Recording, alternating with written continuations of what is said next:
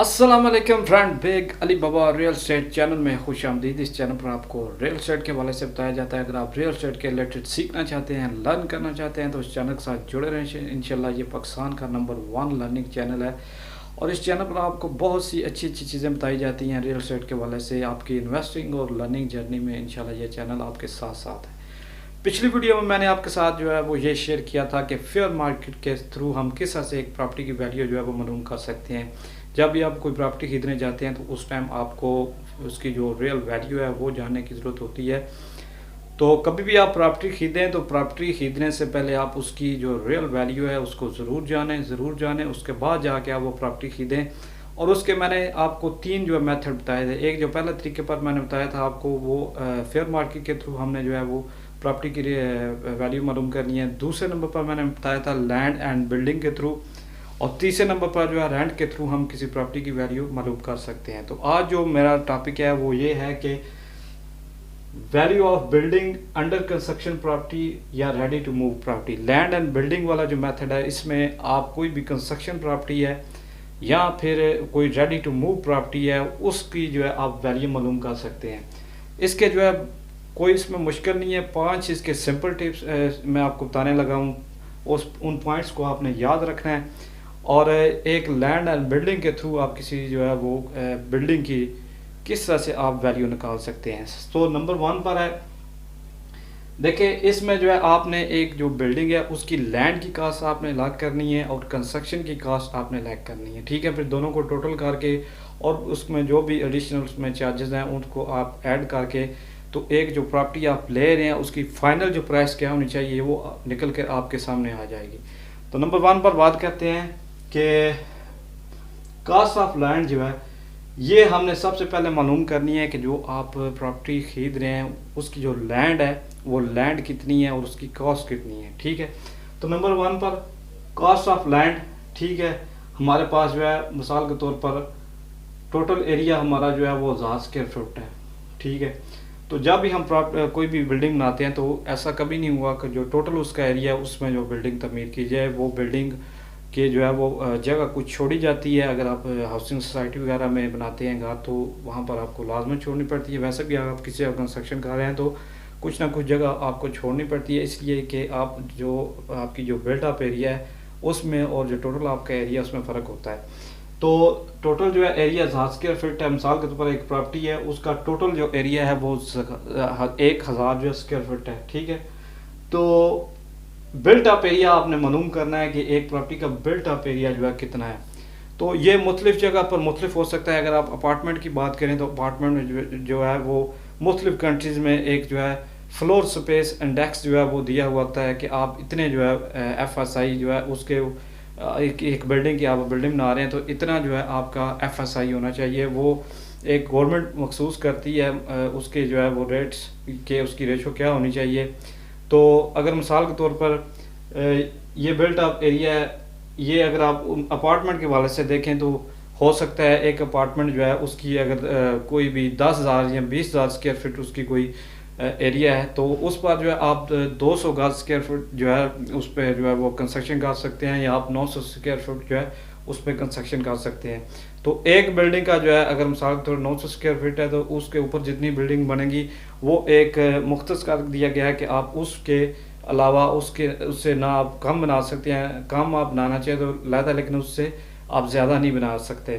तो इसमें जो है आप अगर हाउस कोई कंस्ट्रक्शन कर रहे हैं तो वो तकरीबन हम इसको कंसीडर कर लेते हैं 30 से 85% जो है वो built up area total area से कम होता है। बिल्ट अप एरिया मिसाल के तौर पर 1000 स्क्वायर फीट है तो 30 या 35 से हम इसको जो अगर परसेंटेज इसकी निकालें तो ये हमारे पास जो एरिया आता है बिल्ट अप एरिया जो तकरीबन वो 600 स्क्वायर फीट आ जाता है।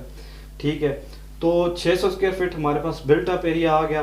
तो इसकी जो 600 स्क्वायर फीट है इसकी हमने जो है वो टोटल जो 1000 स्क्वायर फीट की जो वैल्यू है मिसाल के तौर पर 25 लाख जो है वो 1000 स्क्वायर फीट की जो है वैल्यू है उसको हमने जो है 600 पर अगर हम उसको डिवाइड करें तो हमारे पास जो है वो एक जो स्क्वायर फीट है उसकी हमारे पास वैल्यू निकल आती है लैंड की, वो है 4166 रुपये। ठीक है, तो ये लैंड की कास्ट है। ठीक है, तो अगर हम जो है वो 600 मल्टीप्लाई हम उसको जो है वो 4166 से अगर आप उसको मल्टीप्लाई करते हैं तो हमारे पास जो है वो 600 स्क्वायर फीट जो है उसकी जो हमारी टोटल कास्ट है वो हमारे सामने आ जाती है। जैसा कि आप देख सकते हैं यहाँ पर लिखा हुआ है 24,99,600 रुपया जो है ये लैंड की कास्ट है। ये लैंड की कास्ट है जो बिल्डिंग हम खरीद रहे हैं, ठीक है। नंबर 2 पर है कि कंस्ट्रक्शन जो है कास्ट पर स्क्वायर फुट हमारे पास कितनी है। ये भी मुख्तलिफ हो सकती है, कई जगह पर जो है वो 3000 है, किसी जगह कंट्रीज़ में 3500 है, या मुख्तलिफ हो सकती है। अगर पाकिस्तान की बात करें तो इसको आप जो है ये मैं कंसीडर कर लेता हूँ 4000 से जो है वो 4200 अगर इसको मैं कंसीडर करूँ तो 600 स्क्वायर फीट जो है आपका टोटल बिल्ट अप एरिया है, उसको हम 4200 से मल्टीप्लाई करेंगे तो हमारी कंस्ट्रक्शन की जो कास्ट है वो तकरीबन 25,02,000 हमारे पास आ जाती है, ठीक है। कंस्ट्रक्शन की कास्ट 25,02,000 हमारे पास आ गई, प्लस इसमें आप लैंड की अगर कास्ट करें तो 24,99,600 जो है अगर आप इसको जम प्लस करें तो हमारे पास टोटल कंस्ट्रक्शन की और लैंड की हमारे पास जो कास्ट आ जाती है वो हमारे पास आ जाती है 50,19,600 रुपये, ठीक है। यहाँ तक तो आपने ये समझ लिया हो गया, आपको क्लियर हो गया होगा कि सबसे पहले हमने लैंड की कास्ट मालूम करनी है, उसके बाद हमने कंस्ट्रक्शन की कास्ट पर स्क्वायर फुट हमने मालूम करनी है। तो इसकी पर स्क्वायर फुट जो है हमारे पास आई थी 4166 और इसकी कंस्ट्रक्शन कास्ट है जो हमारे पास ये 4200 पर स्क्वायर फुट हमारे पास आएगी, ठीक है। तो दोनों को अगर हमने 600 से मल्टीप्लाई किया तो इसकी लैंड की निकल आई और इसकी जो है कंस्ट्रक्शन की टोटल 50,19,600। अच्छा, इसके बाद हम आते हैं कि हमने जो है लैंड और कंस्ट्रक्शन जब निकाल ली हमने कास्ट, ठीक है।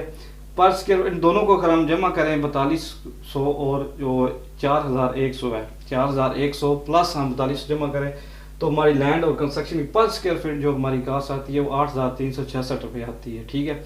अब इसमें जो है अब कोई भी बिल्डिंग बनती है तो उसमें कुछ ना कुछ मार्जिन होते हैं, उसमें जो है एक डेवलपर बिल्डर जो है उसने 10% ऐड जो उसने देने होते हैं उसका आप उसका कंसीडर कर लें कि 10% उसके ऐड का जो है वो उसमें अगर आप ऐड करते हैं 8,366, अगर आप उसको उसकी 10% निकालें तो 836 रुपये जो है आपने इसमें ऐड करने हैं, ठीक है। तो इसमें अगर हम 10% किया तो 8,336 रुपये जो है हमारे निकल आए ऐड के वाले से, एडवर्टाइजमेंट जो हम करते हैं। उसके अलावा जो है हमारे पास कुछ इजाफी इसमें जो है चार्ज होते हैं। मिसाल कोई आप ऐसी जगह पर आपने बिल्डिंग लेनी है, उसकी लोकेशन जो है ज़बरदस्त है, उसकी जो लोकेशन है वो आइडियल लोकेशन है, उसके मतलब इर्द गिर्द उसके बहुत ज़्यादा जो है आपके लिए अम्यूनिटीज़ मौजूद है और उस जो जिस जगह पर आपका प्लाट या जिस तरह आपकी बिल्डिंग है वहाँ पर तीनों साइडें ओपन है, फेस रोड है, उसके अलावा उस आप इसमें जो है फेसिंग पार्क है और मुख्तलिफ अम्यूनिटी जितनी भी सहूलियात हैं वो उस जगह पर आपकी एक आइडियल लोकेशन है, प्राइम लोकेशन है। वहाँ पर अगर आपके ये बिल्डिंग है तो उसके एडिशनल आप जो है वो चार्ज कर सकते हैं 20%, ठीक है। तो 20% जो है 8,366 रुपये में अगर हम इसको 20% निकालें तो ये 1673 जो है वो रुपये बनता है, ठीक है, पर स्क्वायर फीट में।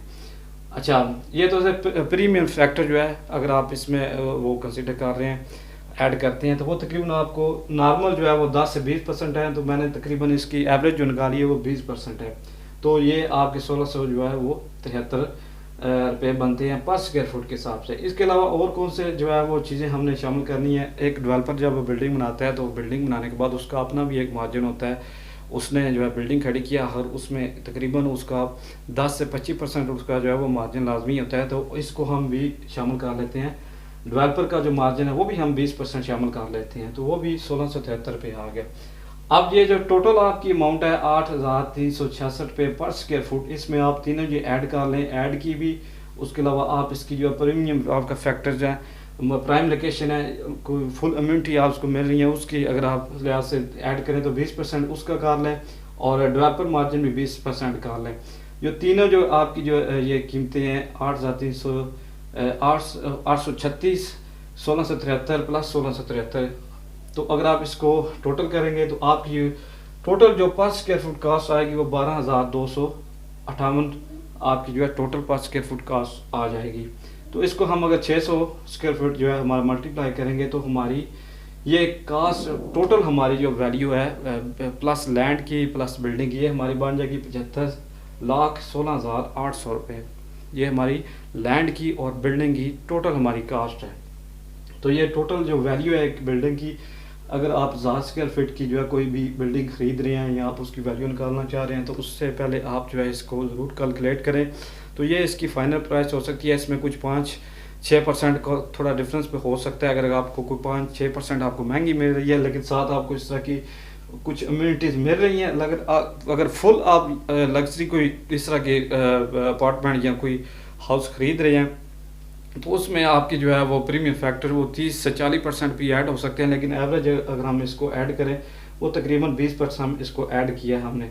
तो ये टोटल जो है आपकी एक 1000 स्क्वायर फीट जो है आपकी जो अगर कोई बिल्डिंग है तो उसकी जो है वैल्यू, उसकी बिल्डिंग की वैल्यू वो 75,16,800 रुपये आपकी आएगी। तो ये इतना मुश्किल नहीं है। अगर आपको समझ नहीं आई तो आप इस वीडियो को दोबारा देखें, इंशाल्लाह आपको जो है ये चीज़ें समझ आना शुरू हो जाएंगी। अगर आपको वीडियो मेरी पसंद आई हो तो मेरे चैनल को लाइक करें, सब्सक्राइब करें। अल्लाह हाफिज़।